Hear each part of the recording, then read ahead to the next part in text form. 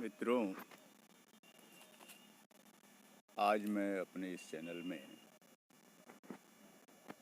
अपनी एक कहानी बंद दरवाज़ा आपके सामने पेश कर रहा हूँ। और यह कहानी उस दौर में लिखी गई जब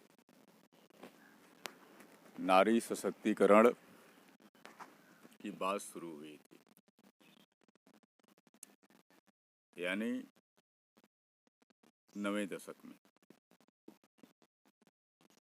और उसी समय 59वें संविधान संशोधन के बाद 33% महिला आरक्षण की बात भी हुई थी। यह कहानी एक तरह से सामाजिक पारिवारिक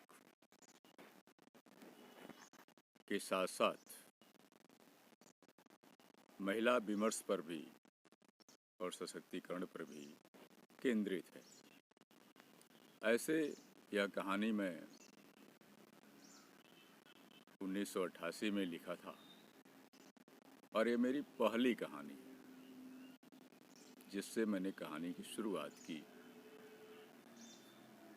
देखें, आप इस पर गौर फरमाएं और इस पर अपनी प्रतिक्रियाएं दें। देखिए, बंद दरवाज़ा। यह दरवाज़ा आज भी बंद है और खिड़कियों पर अभी भी पर्दे हैं।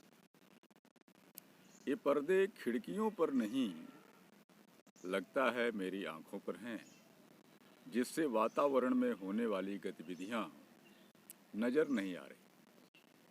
मुझे लगता है मैं दुनिया की चहल पहल और भाग दौड़ से अनभिज्ञ कहीं बियाबान में खड़ा हूँ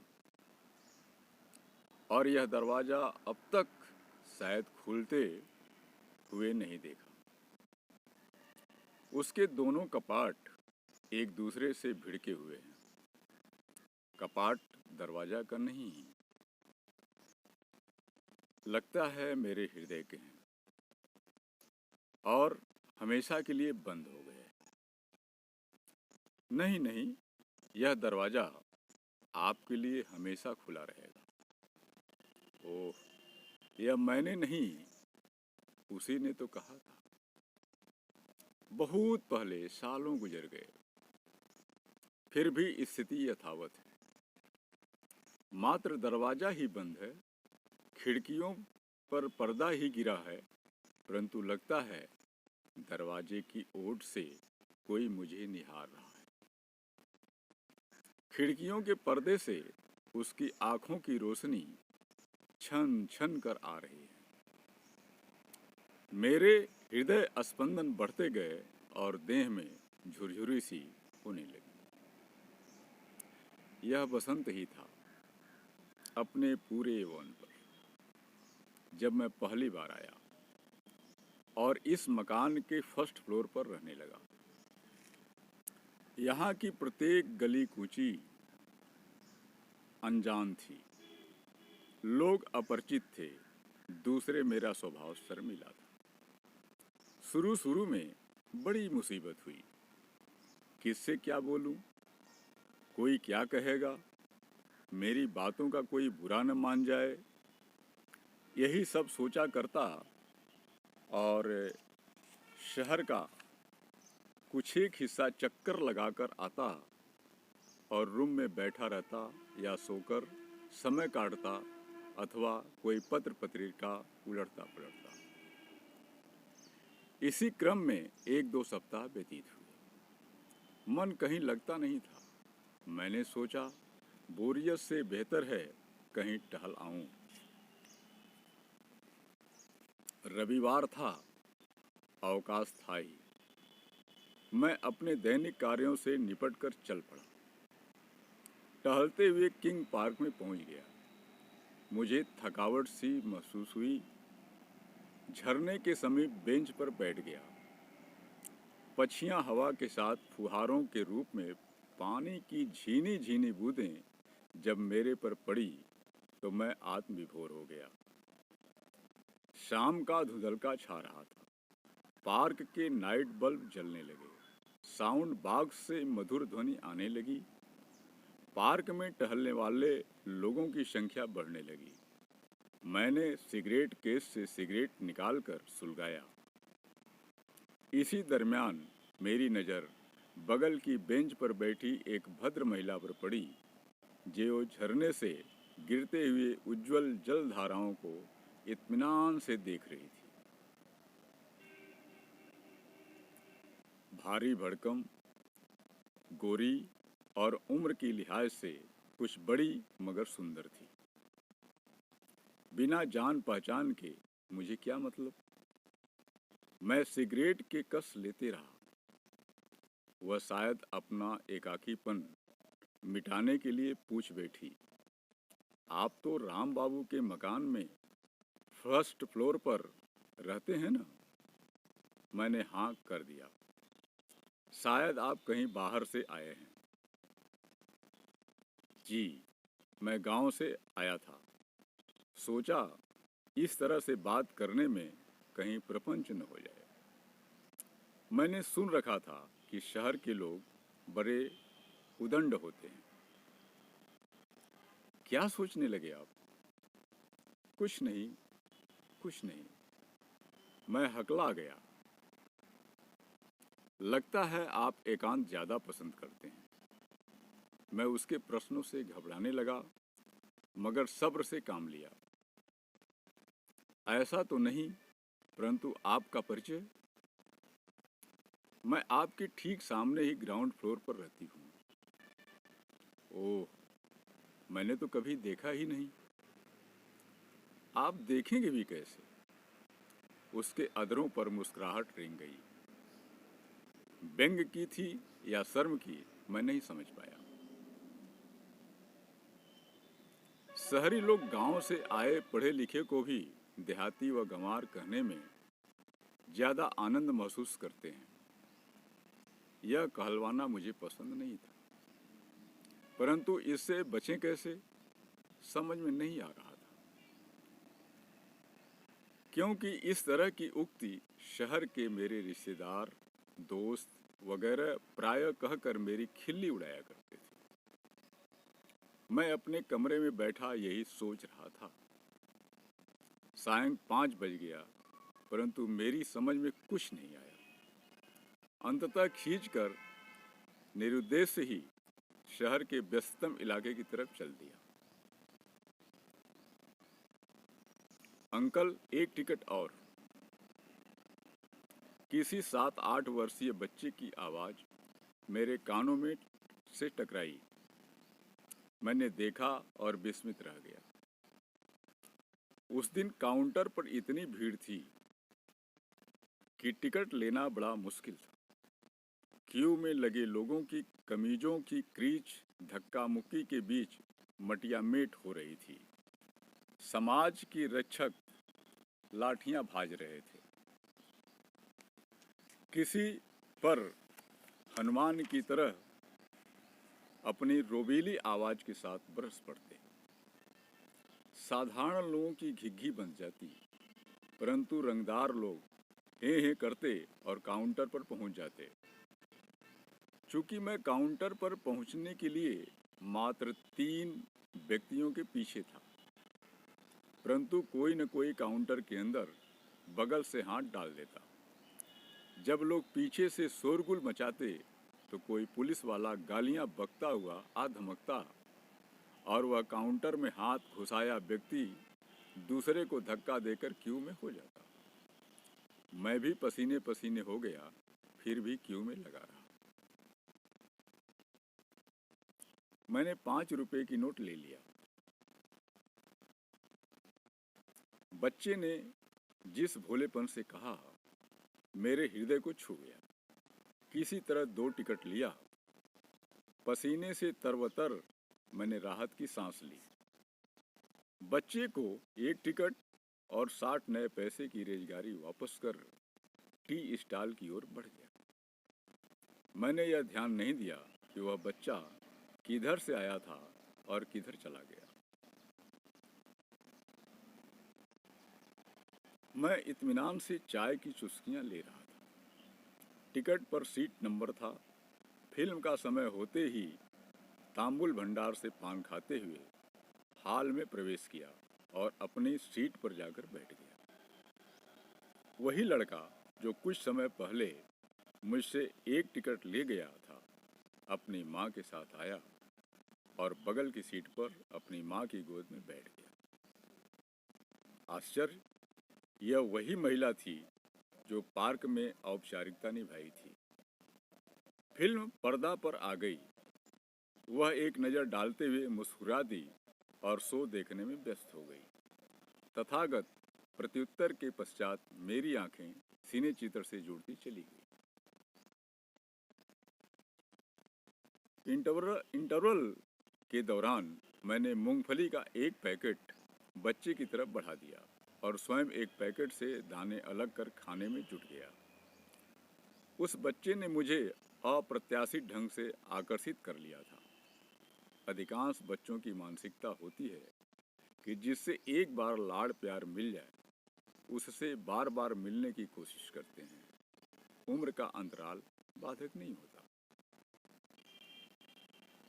प्रायः मनुष्य कल्पना में भी अपनी प्रतिमूर्ति प्रत्यारोपित करता है और समीपस्थ वही होता है। प्रकृति और प्रवृत्ति लगभग समानांतर होती है। घनिष्ठता की आधारशिला यही है। चुंबकीय गुण सर्वथा विपरीत है। मानव समाज में विपरीत लिंग से संयुक्त किया जा सकता है। जब मानवीय और चुंबकीय गुणों से युक्त दो व्यक्ति समीपस्थ होते हैं तो सोने में सुगंध की कहावत चरितार्थ दिखती है। फिल्म समाप्त हो गई। अंततः यह महसूस हुआ कि प्रेम का कच्चा धागा भी इतना सख्त होता है कि उसके आगे तमाम भौतिक सुविधाओं की तेज धार भी फीका पड़ जाया करती है। मुझे रूम में होने का अनुमान कर राजू मेरे पास पहुंच जाया करता। उसकी बाल्यावस्था की चुहलबाजी मुझे बेहद पसंद थी। मैं भी उसे वात्सल्य स्नेह दिया। मेरी बोरियत कुछ समय के लिए छू मंतर हो जाती। जब कभी नहीं आता तो आवाज दे देता। राजू उछलता कूदता पहुंच आता और मेरा मनोरंजन हो जाता। अंकल, आप मेरे यहाँ नहीं आते हैं? आप मेरे यहाँ चलिए ना। कल इतवार है ना, पापा घर पर ही रहेंगे।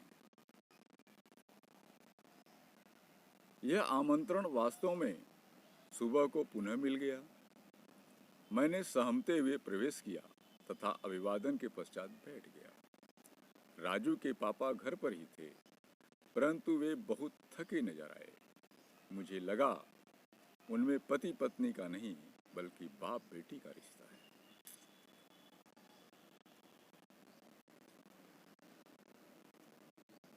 नाश्ते में रंग बिरंगे चिप्स, बिस्कुट और चाय मेज पर रख दी गई। हम लोगों ने साथ नाश्ता किया और उसी के दरमियान एक दूसरे के विषय में आवश्यक जानकारी हासिल कर लिया। मैं इस तरह घुल मिल गया जैसे अपना ही परिवार हो। चाय, नाश्ते या खाने के आमंत्रण बढ़ते गए। पर्व त्योहार पर तो विशेष आयोजन रहता। मैं भी अपने आप को इस स्नेह जाल से मुक्त नहीं रख सका। एकाकीपन महसूस होने पर रिंग की स्विच दबा देता और कुछ समय गपशप कर वापस हो जाता। और ऐसा भी हुआ कि रिंग की औपचारिकता भी समाप्त प्राय हो गई। मानव स्वभावतः दो मुखी है। बाहर का चेहरा कुछ और है तथा भीतर का कुछ और। भीतर से प्रत्येक व्यक्ति की प्रवृत्ति एक सी है, मगर समाज के नाम पर सभी विपरीत प्रवृत्ति के हैं और एक मत हैं। यदि कोई एक कदम अग्रसरित हो गया तो फिर जीना दुश्वार हो जाता है। हमारे समाज की यही विशेषता है, दूसरे का फीका धब्बा बहुत चमकीला नजर आता है और खुद के तमाम धब्बे दृष्टिगत नहीं होते। किसी पर तर्जनी का संकेत निश्चय ही खुद की 3 बुराइयों को इंगित करती है, मगर वह तो दृष्टि दोष का शिकार रहता है। यह तब और रंग पकड़ता है पति पत्नी के बीच उम्र का काफी अंतर हो। अपनी कमी जो महसूस कर लेता है वह तब मानो नहीं देवता की संज्ञा प्राप्त कर लेता है। मुझसे सामाजिक परिस्थिति छुपी नहीं रह सकी।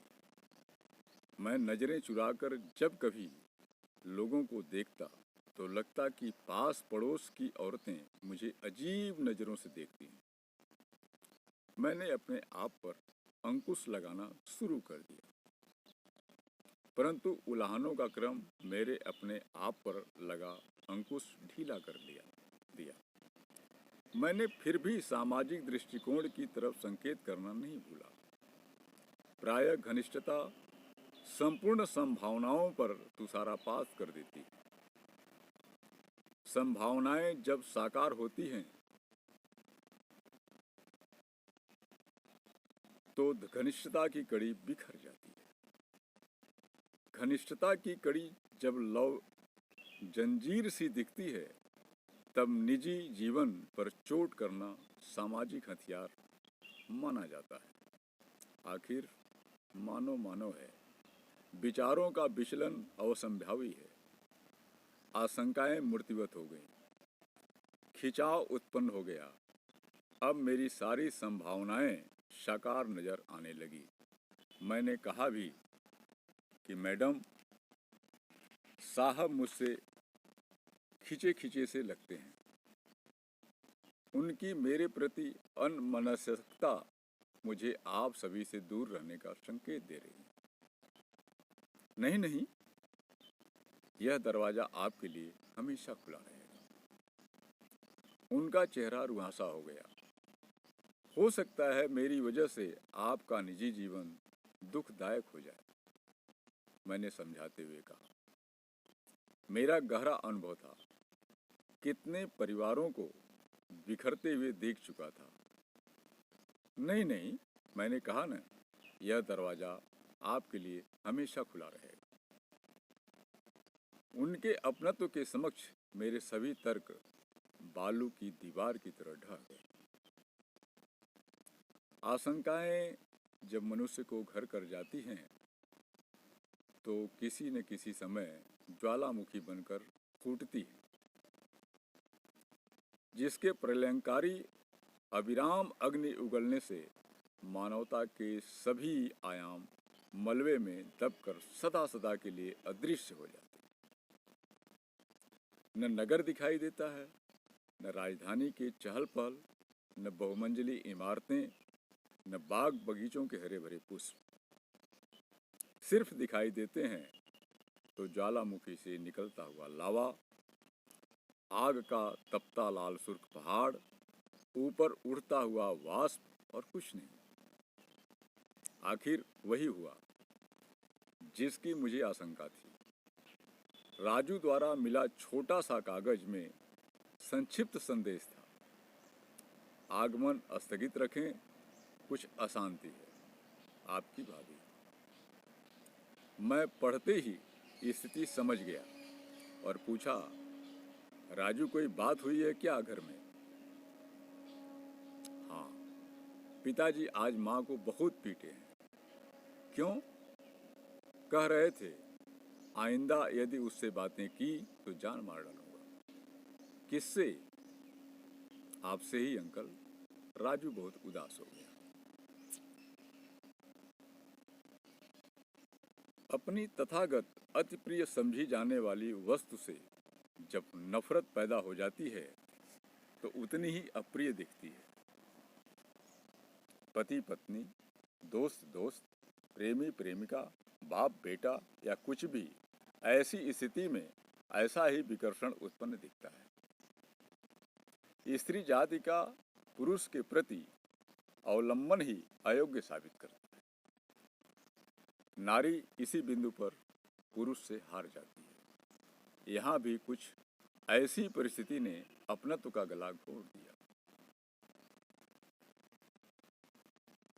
मगर अनेक प्रताड़नाओं के बावजूद भी नारी का किसी के प्रति अपनत्व है तो घटता नहीं बल्कि और बढ़ जाता है। यह बात पुरुष वर्ग में भी होती है, परंतु अस्थायित्वपन बरकरार नहीं रहता। कुछ दिवसोपरांत राजू की मौखिक बुलाहट की सूचना दिया। मैं गया। मिस्टर खन्ना घर पर नहीं थे। मुझे देखते ही वे ऐसे रो पड़ी जैसे मैं उनका कोई अपना हूँ और सदा सदा के लिए आंखों से ओझल हो रहा हूँ। इस अपनत्व की परिणति इस रूप में होगी, मुझे सपनों में भी विश्वास नहीं था। भाग्यवादी न होते हुए भी मुझे मानना पड़ा कि होने को टाला नहीं जा सकता। बहुत समय गुजर गया। मैं आज भी उसी फर्स्ट फ्लोर पर हूँ।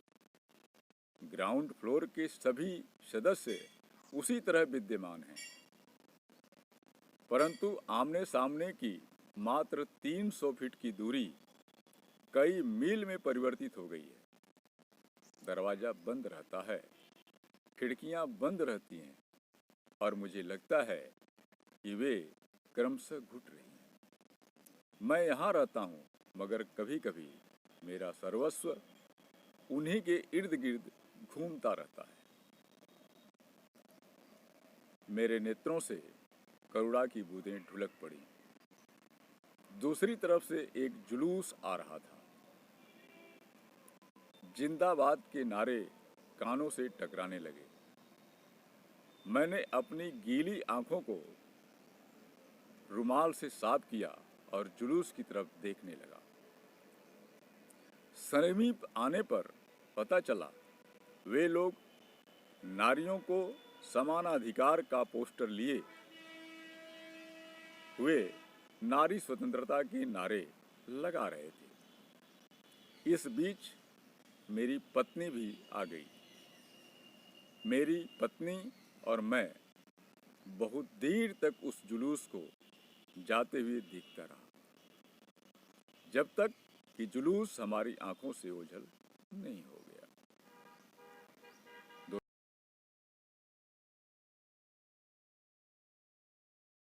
यह कहानी यहीं समाप्त हो गई। आपको कैसी लगी आप मुझे अपने कमेंट में ज़रूर मुझे बताएंगे, और अच्छा लगे तो अगर मेरे चैनल को अभी तक सब्सक्राइब न किए हों तो उसे आप सब्सक्राइब कर लें। आप सभी लोगों को बहुत बहुत धन्यवाद।